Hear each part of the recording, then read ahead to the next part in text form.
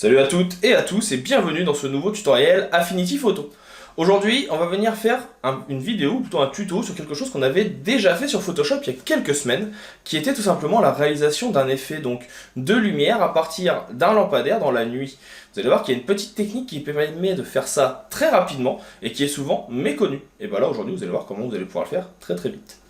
Si jamais vous avez des questions, la section commentaires est disponible juste en dessous. En général, je réponds assez vite et ça sera avec plaisir.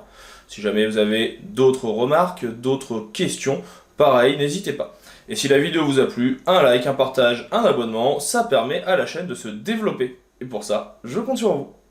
Dans tous les cas, je vous dis à tout de suite pour la vidéo et je vous en souhaite un bon visionnage. Attaquons donc notre petite astuce pour venir réaliser ici un effet de lueur qui apparaîtra sur notre objet. Pour pouvoir venir créer cet effet de lueur sur notre lampadaire, on va commencer par créer un nouveau calque. On va ensuite venir prendre nos outils de sélection, et plus particulièrement l'outil sélection rectangulaire, et on va créer une sélection ici qui va partir du haut, ou plutôt de la moitié de notre lampadaire jusqu'en bas. Je vais ensuite prendre mon pinceau, qui est ici, et je vais appuyer ici sur la touche, donc pipette, qui va permettre de venir, en restant appuyé, récupérer un petit peu de bleu, pour avoir une teinte qui corresponde un petit peu plus à ce que je veux mettre en place.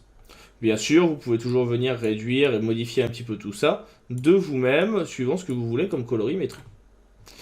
On va venir faire un CTRL ALT clic droit, et clic gauche, qui va nous permettre de venir agrandir notre pinceau, comme vous le voyez ici. Une fois que le pinceau est assez grand, on va juste venir faire un clic au centre. Une fois que cela est fait, petit CTRL D, ça permet de désélectionner. Et j'ai donc maintenant ici ma lueur qui est en place. Ce qu'il va falloir faire, cette lueur, c'est venir la déplacer. Pour cela, je vais venir utiliser un outil présent dans Affinity Photo qui s'appelle la perspective. Donc il est assez simple à trouver, c'est l'avant-dernier. Et vous avez ici grille outils perspective qui va vous ouvrir un petit menu. Savoir sur quel plan vous voulez travailler, nous on va être sur un plan unique et la destination. Et ça va vous permettre de pouvoir venir déplacer ici, vous voyez les points de votre élément. Et de cette façon, vous voyez que très rapidement, je peux venir donc modifier le rendu de ma composition. On peut bien sûr voir un avant-après si vous voulez, voir le résultat final ou voir les deux en même temps. Ça c'est des petites options qui sont assez intéressantes dans Affinity et que j'aime bien. On va venir appliquer pour avoir notre rendu. On a donc notre effet ici de lueur qui se met en place. On a encore quelques petits effets ici qui ne sont pas forcément parfaits ou qui ne me conviennent pas forcément. J'aimerais avoir peut-être un petit peu plus de flou. Pour ce faire, il y a une option à connaître qui est très simple à prendre en main, qui se trouve dans Filtre et dans Flou. Et c'est le flou gaussien. Le flou gaussien, il va permettre, comme vous le voyez ici, de pouvoir venir plus ou moins flouter votre élément. Et ainsi, en augmentant, vous allez pouvoir venir écarter l'effet sur le haut, ou au contraire avoir quelque chose de plus net. Et là, aux alentours de 50, en général, le rendu est plutôt pas mal. Bien sûr, là, nous avons fait un trait assez fin. Si vous faites un CTRL-J pour dupliquer, vous pouvez en avoir un deuxième qui va accentuer le tout, avec en plus des petits effets de lumière qui peuvent être utiles.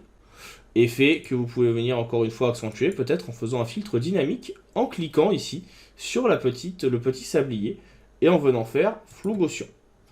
De cette façon, le flou gaussien que vous mettrez en place ici, lui, eh bien, il sera modifiable à tout moment. À vous de visualiser et de perfectionner le rendu comme vous souhaitez. Enfin, la dernière chose qui peut être faite, c'est de venir cliquer ici sur le bouton FX. Pas FX, excusez-moi, le petit cercle bicolore, qui va vous permettre d'avoir ici ce que l'on appelle TSL. Le TSL, c'est quelque chose qui va permettre de modifier la teinte, la saturation et la luminosité. Et par exemple, ici, je vais pouvoir venir donner une autre colorimétrie à ma photo. Je vais pouvoir venir accentuer les couleurs ou non. Et je vais pouvoir venir accentuer la luminosité ou non. Et ce qui va m'intéresser aussi, c'est que cet effet, je peux venir le mettre, mais uniquement sur ma lueur. Donc là, je le fais glisser dans le dossier lueur.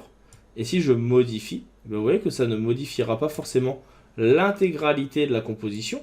Ça modifiera uniquement ici, eh bien, ma lueur. Donc c'est un petit effet qui peut être utile, pas forcément le meilleur des effets, ni le plus fonctionnel, mais ça permet de pouvoir venir adapter votre composition comme vous le souhaitez. Si vous voulez supprimer cet effet, vous le faites glisser sur la petite corbeille et ainsi vous avez finalisé le tout. Donc voilà pour ce petit exercice, je tenais à vous le montrer parce que je trouvais ça assez sympa, c'est assez rapide à prendre en main et ça permet de découvrir d'autres outils d'Affinity comme la perspective que l'on a tendance à méconnaître. Si jamais vous avez des questions, vous pouvez bien sûr me les poser dans la section commentaires ou dans l'entraide sur tuto.com. Si vous avez envie de découvrir d'autres tutoriels, vous avez les playlists à votre disposition ou la catégorie sur le site. Vous pouvez bien sûr également me faire des demandes, je suis prêt à venir réaliser des tutoriels suivant vos besoins, il suffit de venir me le demander. J'espère en tout cas que ce tutoriel vous aura plu et vous aura permis de mieux comprendre cette option. Il ne me reste pour ma part plus qu'à vous dire à bientôt et à vous souhaiter une bonne continuation dans l'apprentissage d'Affinity Photo et de ses outils.